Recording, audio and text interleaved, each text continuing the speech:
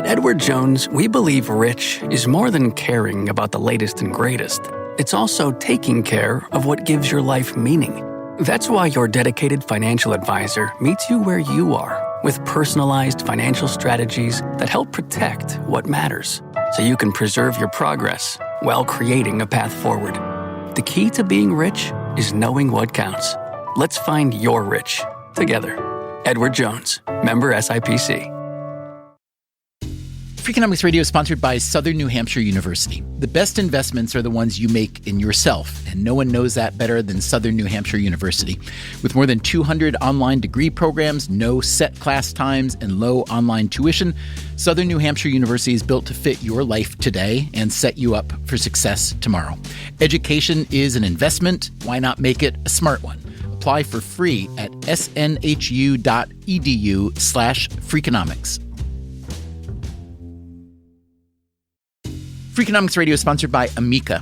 You know what they say, if you want to go fast, go alone. If you want to go far, go together. So go with Amica and get coverage from a mutual insurer that's built for their customers, one that looks after what's important to you together. Auto, home, life, and more, coverage that fits your unique needs. Amica helps you protect what matters most. Visit amica.com and get a quote today.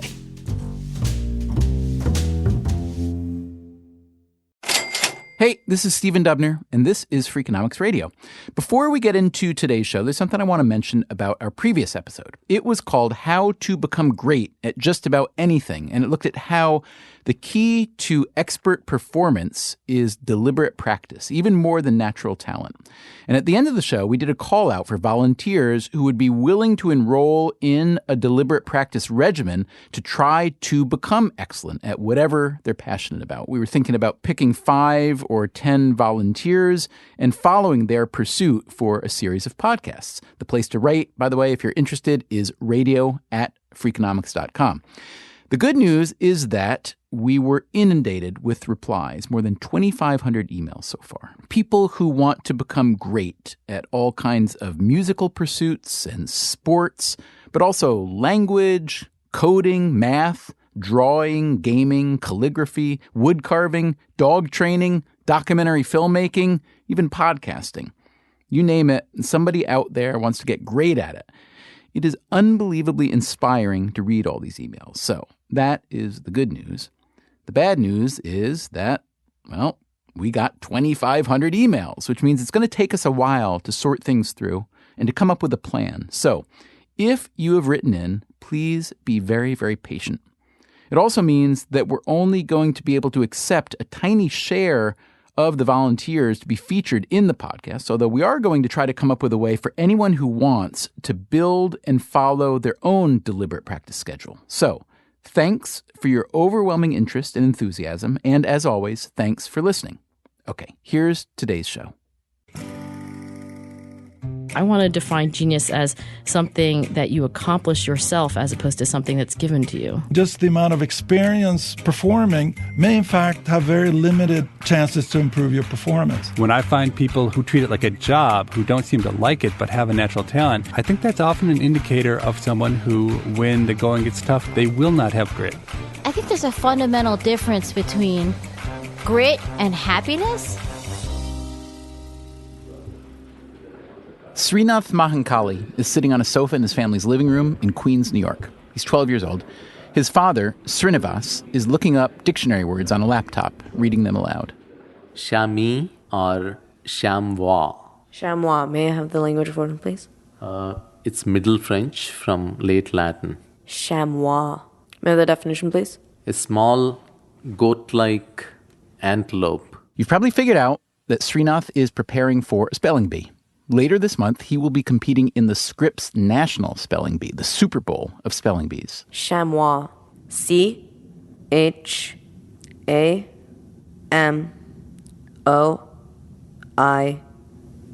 Chamois. That's right. Srinath is not the first great speller in his family. A few years ago, his older brother, Arvind, won the National Spelling Bee and the $30,000 prize. Arvind's winning word? Knadel, from the Yiddish. Knadel or knadel is a small mass of leavened dough cooked by boiling or steaming, as with soup, stew, or fruit. It's a dumpling. Kneadle. K-N-A-I-D-E-L.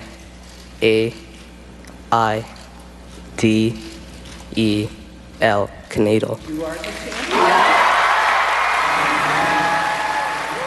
Srinath would, of course, also like to win. He qualified for the National B by winning the New York Daily News competition back in March. I won on the word osculatory. Osculatory. Do you want to know what it means? Related to kissing. Between now and the National B, Srinath will be practicing a lot. And practice, especially what's known as deliberate practice, is vital if you want to get really good at anything. It may, in fact, be more important than the talent you're born with.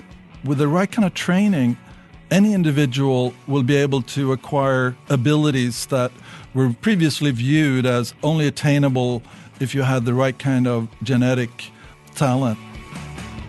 That's what we talked about last week on Freakonomics Radio, how deliberate practice can help anyone get really good at just about anything. So let's assume you buy into that. You really believe that talent is vastly overrated and that with the right amount and the right kind of practice, you can excel.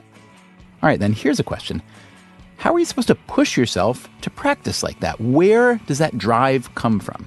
How can you increase your determination, your stick-to-itiveness, your... what's the word I'm looking for? Grit. Grit. Yeah, grit. Grit. May I have the definition, please? I define grit as passion and perseverance for especially long-term goals. And what kind of questions should we be asking about grit? What specifically are gritty people like? What do they do when they wake up in the morning? What beliefs do gritty people walk around with in their heads? And since this is Self-Improvement Month at Freakonomics Radio, let me ask you this. Can someone who doesn't have a lot of grit learn to get some? My answer to that would be yes, you can.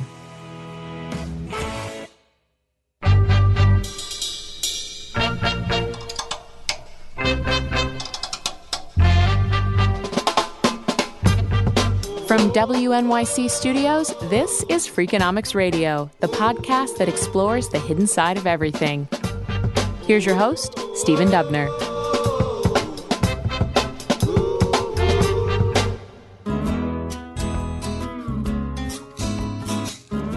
Annette Lee grew up in New Jersey. As in many first-generation immigrant Asian families, she says, there was a lot of pressure to succeed, including intra-familial pressure. No matter what you did, you always heard about Auntie so-and-so's son or Uncle so-and-so's daughter who did it better, faster, first. So you would come home and say, guess what? I got 1520 on my SATs. And then you would hear, oh, that's too bad. You know, Auntie Rose's son got 1600 and he took them in 8th grade. So pretty much no matter what you did, you were kind of like a disappointment. Lee's parents both emigrated from China and met in the U.S. in the 1960s. Her mother was studying for an MFA in painting. Her father got his Ph.D. in organic chemistry and took a job at DuPont. They had 3 kids. Annette was in the middle. We had a very, I think, middle-class upbringing. You know, the 4-bedroom, 2.5-bath house in the suburbs. If you've seen The Wonder Years, like that kind of a neighborhood. In other words, it was kind of average. Average house, average job, and average children. At least that's how her dad saw it, Lee says. He just didn't think his kids had much natural talent. One of his favorite sayings was, "You're no genius." Yeah, you're no genius. You know, I think that we grew up a lot thinking that we were just failures. Annette Lee, we should say, became a doctor, a reproductive endocrinologist in private practice in Pennsylvania. But back when she was applying for college and was accepted by Cornell, an Ivy League school, her parents were disappointed that she didn't get into Harvard, Princeton, or Yale. And my parents' reaction was, oh my God, thank God we still have Angie. Hi, this is Angela. That is Annette's younger sister, Angie Lee, a.k.a. Angela, now Angela Lee Duckworth. She did go to Harvard and to Oxford and she got a PhD in psychology from the University of Pennsylvania. But their dad's whole genius shtick stayed with her. I think what my dad meant when he would say out of the blue, you're no genius, is that I wasn't the smartest person that he had met, that I wasn't leagues smarter than other people my age or people that he knew. Duckworth's career has worked out pretty well. I'm scientific director and founder of the Character Lab and a professor of psychology at the University of Pennsylvania. And now she's written a book. Oh, yes. Here comes the self-promotion part. I am also author of a book called Grit, The Power of Passion and Perseverance. Duckworth's focus is on education, and her research tries to understand how kids learn best. She used to teach 7th grade math in New York City. In the classroom, watching the successful kids and the unsuccessful ones, she came to the conclusion that a given student's natural abilities seem to matter a lot less than effort and grit. That's right. I want to redefine genius, if you will. I think most people use the word genius the way my dad means the word genius. Somebody who has an intellectual gift, which is far greater than what most people have in a given area in music or in mathematics, in running or in dancing. And by that natural ability, they're going to far excel the rest of us almost by destiny. I think that is what most people use the word genius for. And then they all have their handy lists of geniuses that they think of, like Mozart or Einstein. I want to define genius as greatness that isn't necessarily effortless, but in fact, greatness that is earned, however you do earn it. And so I want to define genius as something that you accomplish yourself as opposed to something that's given to you. And that brings us, I assume, therefore, to grit. So talk about grit. First of all, let's start with how you define it. I define grit as passion and perseverance for especially long-term goals. Okay, so that sounds kind of like a no-brainer that everybody in their right mind would want to have more grit rather than less of that. So surely your argument isn't simply that grit is a good thing to have. It's that grit is what? So the message of the book is not that grit is a good thing in particular. The message of the book is that, like so many other things about us that are good, we can do something to intentionally cultivate grit in ourselves and in others that we care about. Well, can you start teaching me right now or anyone listening to this how to be grittier? I mean, I want specifics. I want to know what to do. I want to know what not to do. I want to know how long I should expect these changes to take. I want to know if there are going to be relapses that I should be prepared for and so on. How do we start? Yeah, when you talk about changing character or changing grit, it feels like, well, you can't change that. It's just people are who they are. But when you actually get to the specifics, what specifically are gritty people like? What do they do when they wake up in the morning? What beliefs do gritty people walk around with in their heads? When you get to that level of specifics, you realize, gosh, there's no reason why these things couldn't be taught, practiced, or learned. Duckworth has learned what she's learned about grit in two main ways. One, by conducting in-depth interviews with high achievers, business people, athletes, musicians, and so on. Paragons of grit, she calls them. And two, by following groups of people, like new cadets at West Point or students in the Chicago public schools, and seeing whether a person's long-term success corresponds to their grit score. We'll hear later how she calculates that score. Through her research, Duckworth has identified 4 traits that gritty people have in abundance: interest, practice, purpose, and hope. Let's start with the first thing I think that gritty people develop in the order in which they develop it, which is interest. So one thing that I found about paragons of grit, real outliers in passion and perseverance, is that they have extremely well-developed interests. They cultivate something which grabs their attention initially, but that they become familiar with enough, knowledgeable enough that they wake up the next day and the next day and the next year, and they're still interested in this thing. And I think that is something that we can actually intentionally decide. I want to be the kind of person who stays interested in something. And so that passion really does have to come first.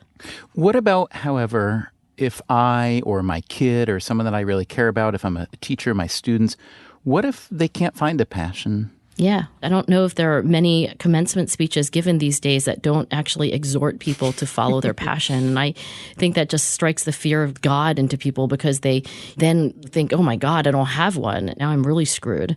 And I think the idea of following a passion is just the wrong way to phrase it. Following a passion sounds like it's there in the world, fully formed. You just have to dig it up under the right bush. Really, you have to foster a passion. You have to actively put some work in and try things and try them for a little while and get into them. And then you have to switch, right? Part of grit is actually doing enough exploration early on, quitting enough things early on that you can find something that you're willing to stick with.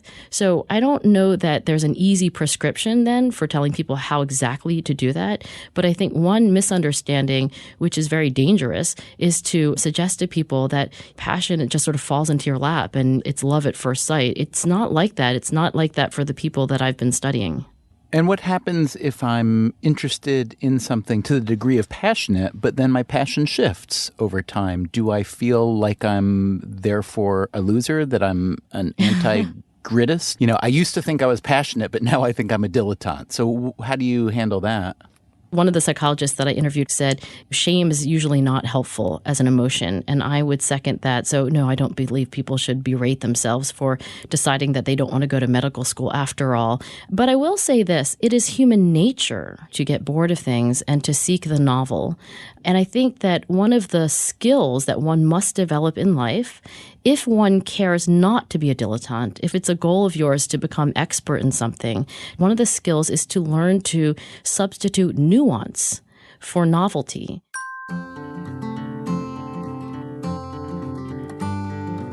I love that idea, to substitute nuance for novelty. So rather than constantly moving on to a new thrill, you try to find another level, another dimension of the thing you're already doing to make it more thrilling, whether it's a research project or an arpeggio, a breaststroke, or a souffle, wherever your interests lie. I think there's something of a skill there that needs to be acquired. Otherwise, we will default to that natural human tendency to click on another hyperlink and go somewhere entirely new. Okay, so if interest is the first trait that gritty people tend to possess, and you say that is kind of the bedrock foundation, yes? That these are attained in order, yeah? Yes, that's right. I think developmentally, most people just get interested in something, and then some people cultivate those interests. Those interests get developed and then deepened. And then that second stage is practice. Particularly deliberate practice. The kind of deliberate practice that kind of went viral when Malcolm Gladwell wrote Outliers. We got into that in our previous episode, the Gladwell version in Outliers, which is built around something called the 10,000-hour rule. Sometimes it's called the 10-year rule, so called because the average number of hours of effortful practice was 10,000 hours over 10 years. But the real guru of deliberate practice is Anders Ericsson, author of the book Peak. And I'm a professor of psychology at Florida State University in Tallahassee, Florida. There are several components to deliberate practice, but generally it's about using good feedback to focus on specific techniques that will lead to real improvement. So anytime you can focus your performance on improving one aspect, that is the most effective way of improving performance. Angela Duckworth, in pursuit of a better understanding of grit, has collaborated with Anders Ericsson on research about deliberate practice. The second stage really does have this quality of laboring in a very methodical way and in a very unfun way for most people to get better and better at this thing that you've become interested in. And I think that is a conflict that at least I personally, I know a lot of people that I know come up against, which is that if you try to force yourself or will yourself into becoming awesome at something that you don't have that true passion for, then the practice does become a sort of slow form of torture as opposed to a kind of work that you're willing to go through because you love the underlying thing, even if you don't love playing that E minor scale for the 1800th time today. I completely agree. And I think that is why interest must come first. I think there are a lot of overeager, probably very well-intentioned parents out there who are kind of like chaining their kids to the piano bench in hopes that, that 7th hour of practice today is going to, put them on course for Juilliard or Harvard. And I think they're seriously getting things out of order. I interviewed Rowdy Gaines, the 1984 gold medalist in the 100-meter freestyle representing the United States. And, he estimates that in the years up to the Olympics where he won that gold medal, he swam equivalently around the world, right? Roughly 20,000 miles. And so I asked him, do you love practice? And he said, are you asking me if I love getting up at 4 in the morning, jumping into a cold pool and swimming laps, looking at a black line on the bottom, at the very edge of my physical ability where my lungs are screaming for oxygen and my arms feel like they're about to fall off? No, I don't. But I love the whole thing. I have a passion for the whole sport. And so that passion really does have to come first. Such passion plainly comes in many flavors. Olympic competition? Sure. But also spelling. Okay, the first word is allemande. Can I have the definition? That, again, is 12-year-old Srinath Mahankali and his dad. A 17th century and 18th century court dance developed in France. Allemande. A-L-L-E-M-A-N-D-E.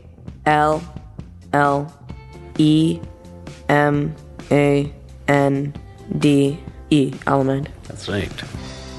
It isn't just the competition that excites Srinath. It's the words themselves. I have a passion for words because I just don't really understand why they put it together in this sort of way. Like when they got words from different languages, why did they make it spelled this way, that way? His mother, Bhavani, remembers when her older son, Arvind, caught the spelling bug. Actually, when my first one was in like 3rd grade or 2nd grade, he was watching Scripps National Spelling Bee on TV. And then he came out with a notebook and he was writing all the words because he wanted to be on TV. No, Arvind started writing them down, those words, and said, I want to do this and I want to be like that. Because they are small kids. They're so impressed with the small children standing there and asking all the root questions and all that.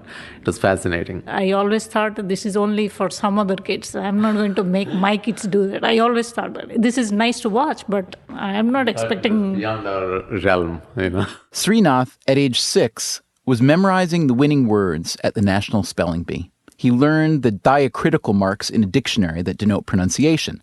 His parents wound up coaching him. I gotta give a lot of thanks to my parents. They look through the dictionary. They look for interesting words. Some of them are too long. Some of them have several different spellings. And some of them are too short. Instead, Srinath and his parents focus on interesting spellings and patterns, on French and German and Spanish words so we can master foreign prefixes and suffixes in case similar words come up. Hanap. May I have the language for it, please? It's from Middle English, from Middle French. And then he practices and practices and practices, depending, of course, on how much homework he has. Hanap. H-A-N-A-P. Hanap. That's correct. Among the many high achievers that Angela Duckworth has studied are National Spelling Bee contestants. You may not be surprised to learn that high grit scores translate into high spelling scores, and that the style and intensity of practice are extremely important. Kerry Close, who won the National Spelling Bee one year that we studied it, said the one thing that very grittily studying for the National Spelling Bee for 5 years in a row, because she won her 5th year of competition, was just the ability to take a large something and break it up into little tasks and to fractionate things so they're not so overwhelming and then you can do them. So that is the second stage, and it's about doing things that you can't yet do.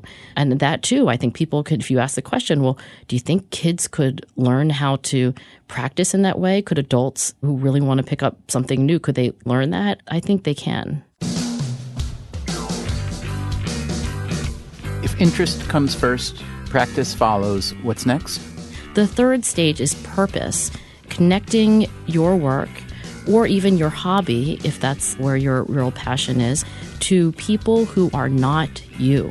So it's a beyond the self purpose that I'm particularly observing in grit paragons.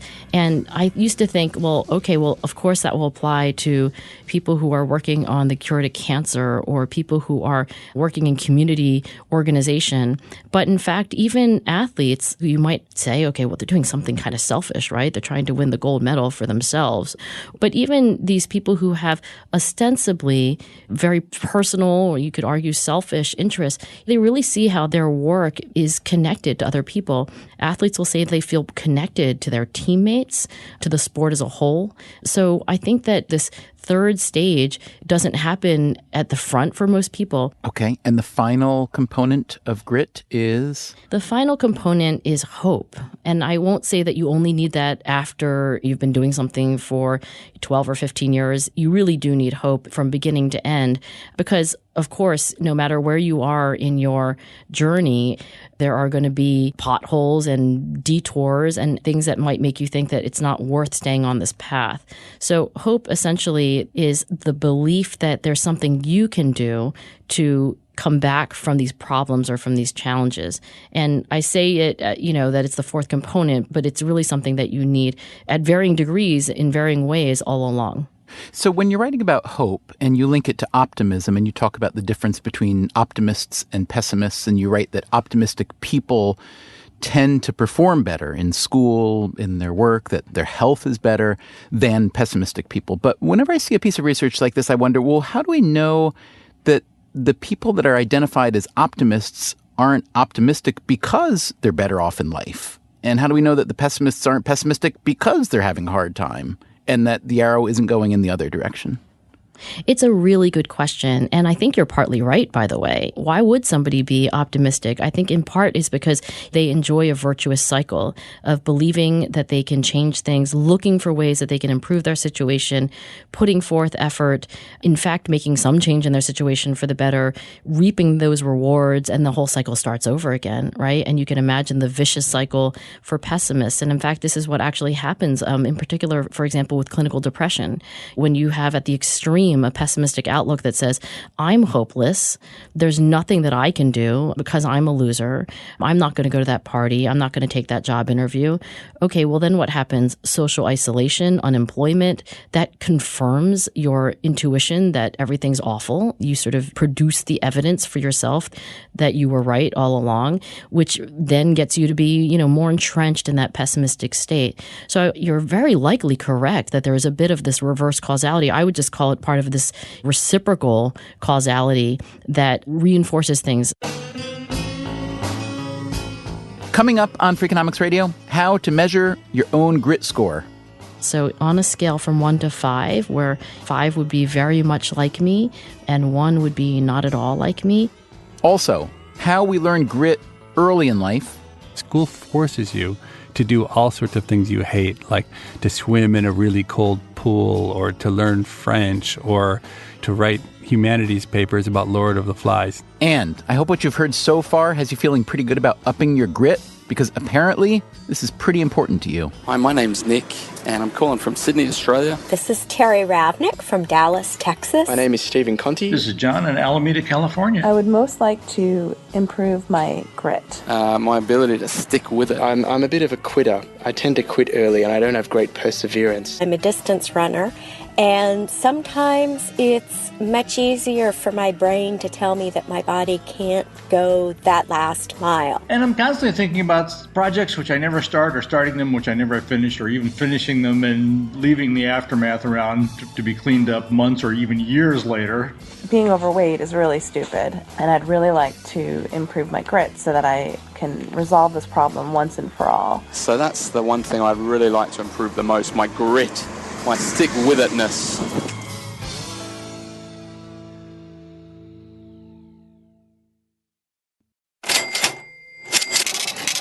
So, Levitt, let me ask you this question. However you think of grit, how would you rate yourself on a scale of 1 to 5 on grittiness? I am not very gritty when it comes to things I don't like. That's my Freakonomics friend and co-author Steve Levitt. He's an economist at the University of Chicago. almost every day as I watch my kids go to school.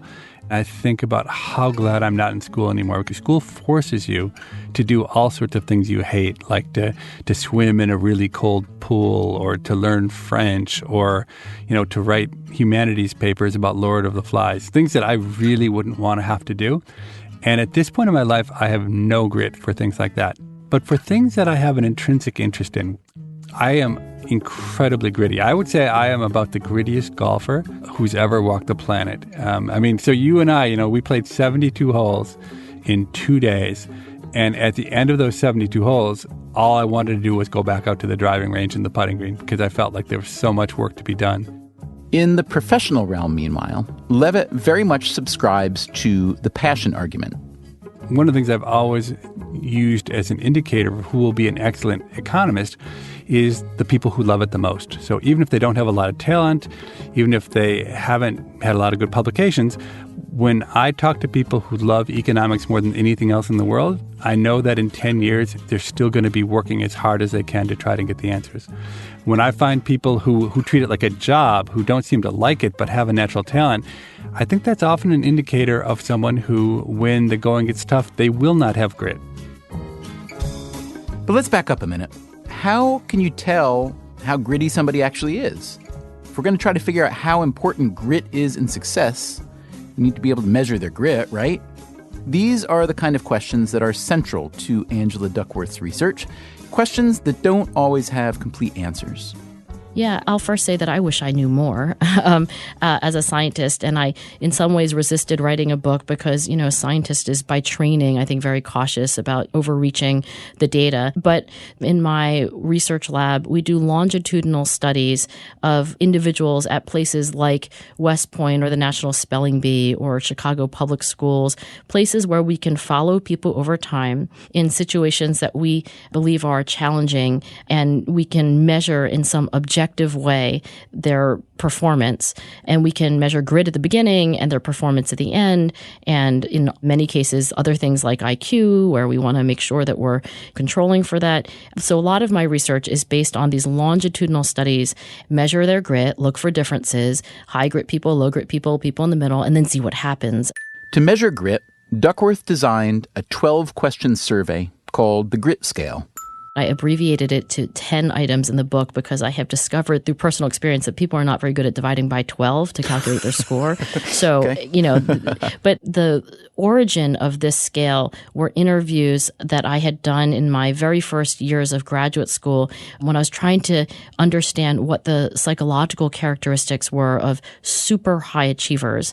First, I asked them, what they were like, and I learned very quickly that people who are, Nobel laureates or, the equivalent in their field aren't very good at describing themselves, I think in part because we've all been trained to be humble and self-deprecating. So I started asking people about the people that they in turn admired most. And the questions on the scale are almost verbatim the way that these other superachievers were described to me. Okay. So, Angela, would you read a couple of these grit questions from the questionnaire? And I'll go ahead and answer them. Yeah, so let's start with perseverance. So on a scale from 1 to 5, where 5 would be very much like me and 1 would be not at all like me, setbacks don't discourage me. I don't give up easily. I would say 4 out of 5. That is mostly like me. Okay. I finish whatever I begin. Ooh, well, I'm interpreting that in my brain. I'm going to say not like me at all. I mean, I finish the things that are really important, but there are a lot of things that I don't finish. So I'm going to say not. So not at all like, so 1 out of 5? Yeah, I'm going to say 1 out of 5. Okay. Yeah. I am a hard worker. I would say 4 out of 5. That's mostly like me. New ideas and projects sometimes distract me from previous ones. Oh, daily. Yeah, very much like me. And then my interests change from year to year. I'd have to say I'm in the middle on that. Only because some interests are very, very constant, but then a lot of new ones, and I kill off a lot of old ones. So I guess 3 out of 5. 3 out of 5. Okay, right. I have a feeling I am I'm heading toward like real middle grit territory. I think I'm not you're very good. Gritty. You're like All right, give me one more. Yeah. I have been obsessed with a certain idea or project for a short time, but later lost interest. It's interesting because I want to argue with every one of your questions because I want to argue like, well, the fact that I've been obsessed with a certain idea or project means that, I have some passion. So doesn't that get me up on the grit scale? But I do lose interest. I would say that's mostly like me. I get obsessions. I follow them for a while. Then I kick them out of bed. Okay. 1 + 4, 8, 9. 9 + 3 is 12. 13, 14 divided by 1, 2, 3, 4, 5, 6. Right? Oh, yeah, man, yeah. I am so ungritty. Not so gritty, right? 2 point something, 2.3. right? Between a 2 and a 3. Yep. Let's see. I'll turn it over and I'll give you your percentile. Yeah, 10%. I think you're roughly comparable to 10% of a sample of American adults. There's lots I could say about the danger of making comparisons and error, but I absolutely agree that sometimes you take these scales and you just want to shout back to them because you don't want to circle the answer. You want to explain why the question itself is flawed. I'd love to hear what your reactions are. Well, or not necessarily flawed, but that as with any survey in life, it's hard to reduce it to a number or a letter because there are different components of it. In other words, I want to give an essay answer rather than a multiple choice answer, which I know is not the way that surveys can work. If you, from your end, you want to use them. But I guess that does get me to the gist of the question, which is, it's a self-reported pile of data. So how good is it? Yeah, I think I'm quoted in the New York Times saying all measures suck and they all suck in their own way. This is true. The Times article was about how some California schools are using socio-emotional measures to assess students' performance. Now, you might think that Angela Duckworth, the standard bearer for grit, would be leading this parade too, but you'd be wrong. I do not think we should be doing this, she told the Times. It's a bad idea. Just in case anyone missed her point, she wrote an opinion piece for the Times a few weeks later called Don't Grade Schools on Grit. She argued that the measurement of grit and other character traits may never be good enough for such an important assessment. And she resigned from the board of a nonprofit that was working with the California schools. All this led me to ask her what seems an obvious question. So how can you claim that grit is so important while also claiming that we're not very good yet at measuring grit? Well, first of all, anything that a social scientist wants to measure, from poverty to self-control to IQ to how well somebody can read, there are no perfect measures. So let's take a questionnaire. They're all fakeable. There are no unfakeable questionnaires. There simply aren't any. And they're also subject to something called reference bias. So, for example, you gave yourself 1 out of 5, the lowest possible score on finishing whatever you begin. Now, I think you made a good point about you don't finish everything, you finish it if you care about. But if you really think about that, I wonder whether if you just compared yourself to humanity and asked, compared to humanity, are you really in the bottom of the group in terms of finishing things? I doubt that. My guess is that in part, you're comparing yourself to a different standard than other people might be comparing themselves, a very high standard. That's probably in part why you do finish things. So that reference bias is another problem of self-report questionnaires. I don't think that any of the measures that are currently available are appropriate for high-stakes accountability policy, like whether a school is doing a good job educating their kids. That's not to say that we can't measure anything at all and we should just throw up our hands and go home. It just means that when we measure things, we should know in what ways our measurements are imperfect, and we should know that any data that we get from these measures is going to carry signal, but also noise. Okay, let me play devil's advocate for just a minute. What if you're just wrong about grit, that it's not as important as you argue? So, for instance, I understand there's a new study by researchers at King's College London suggesting that grit, quote, adds little to the prediction of school achievement, which runs contra to some of your conclusions. They argue that the samples that you've used, spelling bee finalists and teachers, are too selective and therefore, quote, lead to stronger associations between grit and achievement later in life than might be the case in a wider sample. So tell me you're not wrong, or maybe you are wrong and extraordinarily gritty in your ability to admit. Well, I think it's always important to remind yourself that you could be wrong, right? I know the study that you're talking about. In particular, in that study, it's looking at self-reported grit scores as they correlate with your standardized achievement test scores when you're 16 years old. And yes, grit is predictive, but not as predictive as something like a broad scale of conscientiousness. a broad scale of conscientiousness, meaning the big 5 personality traits that psychologists talk about: extroversion, agreeableness, conscientiousness, openness to experience, and neuroticism. The King's College London study looked at a sample of 4,500 16-year-old twins in Britain. So a couple of reactions. One is that, I don't expect grit to predict all success outcomes equally. I don't think that for many 16-year-olds, their standardized reading and math scores are a goal of personal significance to them. And so that's why I study at places like West Point. Like, if you're a salesperson, do you stay in your sales job? If you've committed to college, do you finish college? Goals that are, at least at some level, important to you, and I know that they are.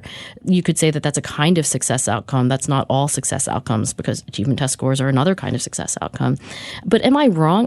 I guess it would be hard for me to believe. I'll just confess my bias here. It's going to be hard for me to believe that in 20 years, research comes out to say that effort doesn't matter, that the quality and the quantity of your effort doesn't matter, that really the great accomplishments of humankind have been made by people who labored for only minutes or weeks and not for decades, that actually it's possible to get somewhere in life without being hopeful, without learning to practice, without having a sense of meaning, and without being interested in it.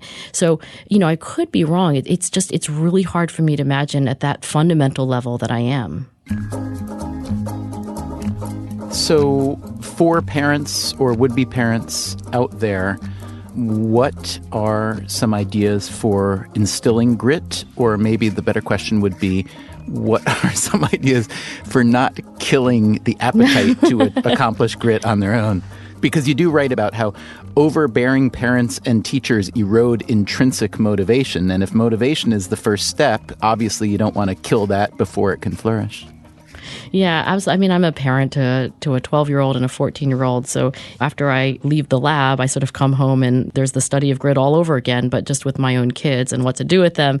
Yeah, so first I do try to remember that though the perseverance piece, the hard work, the kind of get up again after you've fallen down, that's very important. But if I sort of skipped that chapter on them feeling like it's interesting to them, and eventually that it's also purposeful to them, that it's important to them and important because it means something to other people, if I skip that, then really I've maybe done more harm than good by trying to get them to now work really hard at it. So I do try to keep that in mind. I also think it's naive to, I used to believe that I'm such a hardworking person that my kids will just watch me and that they'll sit down at the piano bench and start practicing their scales. Grit. Yeah. That's a great idea. I wish that it were so. But I think that even kids who have the potential to be very gritty, they really do need parents to say to them, no, you actually do have to go to track practice today, even though it's raining. Or, you know what, that practice was, and I know that was not serious practice, right? Let's give it another shot. I'm curious if the partners and or spouses and or coworkers, whatever, of people who have a lot of grit are also better off. Is grit a tide that lifts all boats, or does it kind of swamp everybody around it? I do not have data on that. We have not yet asked about the happiness of the people who are living with these very gritty people. What we do have data on is the happiness of those gritty people themselves. And we find just a straight line. The more grit you have, the happier you say you are, the less anxiety you have, the less depression, the less sadness. So from a personal perspective, grit seems to be terrific because you're better off in terms of your achievements, but you're also happier. But we don't know. We really don't, whether that comes at the cost of your loved ones. I've asked my own family. Those are the only people that I can ask this question. Does it bother you? What do you say? Is my grit driving you crazy? Yeah, exactly. Do I work too hard? Is your life worse off? And I do think there's a cost, right? Talk about unreliable self-reported data, though. What do you expect them to say to you? Yes, Mom, we hate how hard totally you work. Biased. Yeah, right. We hate you. But I will say this, too. To be a really gritty person at the very extreme, take somebody like an Isaac Newton, right, who was singularly obsessed, and there was nothing in his life, really, other than his work.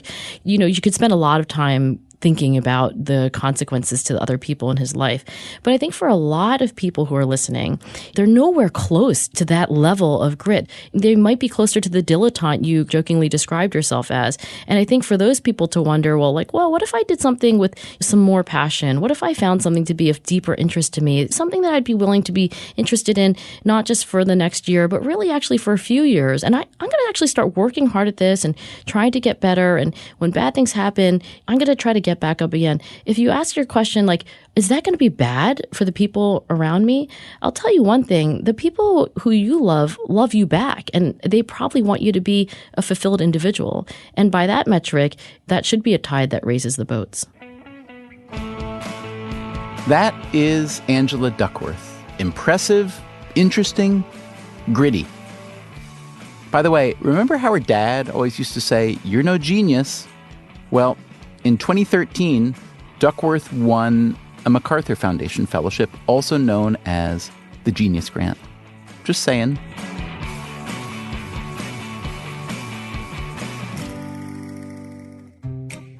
Coming up next week on Freakonomics Radio, Self-Improvement Month rolls on with how to win games and beat people, especially the people in your own family. He jumped on the sofa and he pointed at me, and with each point and each bounce of him on the sofa, he says, "I win, you lose. I win, you lose." That will never happen to you again, I promise. It's next time on Freakonomics Radio. Freakonomics Radio is produced by WNYC Studios and Dubner Productions. This episode was produced by Christopher Worth. Our staff also includes Irva Gunja, Jay Cowett, Merritt Jacob, Greg Rozalski, Kasia Mihailovich, Allison Hockenberry, and Caroline English. A big thanks to the Mahankali family of Queens, New York for having us into their home on a school night, no less. Please subscribe to this podcast on iTunes or wherever you get your podcasts. And come visit Freakonomics.com, where you can find a link to Angela Duckworth's grit scale and test your own grittiness. You'll also find our entire podcast archive, as well as a complete transcript of every episode, along with music credits and lots of extras. Thanks for listening. Freakonomics Radio is sponsored by Ozempic. Innovation happens through rethinking what's possible, and when it comes to GLP-1s, Ozempic pill does just that. Learn more about Ozempic semaglutide tablets, 4 and 9 milligrams, by calling 1-833-OZEMPIC or visit Ozempic.com to view the medication guide and ask your doctor what's possible with FDA-approved Ozempic pill. Hi, I'm Angie Hicks, co-founder of Angie, and one thing I've learned is that you buy a house, but you make it a home. Because with every fix, update, and renovation, it becomes a little more your own. So you need all your jobs done well. For nearly 30 years, Angie has helped millions of homeowners hire skilled pros for the projects that matter. From plumbing to electrical, roof repair to deck upgrades. So leave it to the pros who will get your jobs done well. Angie, the one you trust to find the ones you trust. Find a pro for your project at Angie.com. Breathe in. Feel the sense of calm that comes from having up to $300 in overdraft protection with GoToBank. Now... Did you say $300? Yes. Now, back to our breathing. So if I overspend my balance, GoToBank has my back up to $300? Yes. Can we breathe out now? Less worries, more zen, with over $300 in overdraft protection. Tap to open an account today. Eligible direct deposits and opt-in required for overdraft protection. Fees, terms, and conditions apply.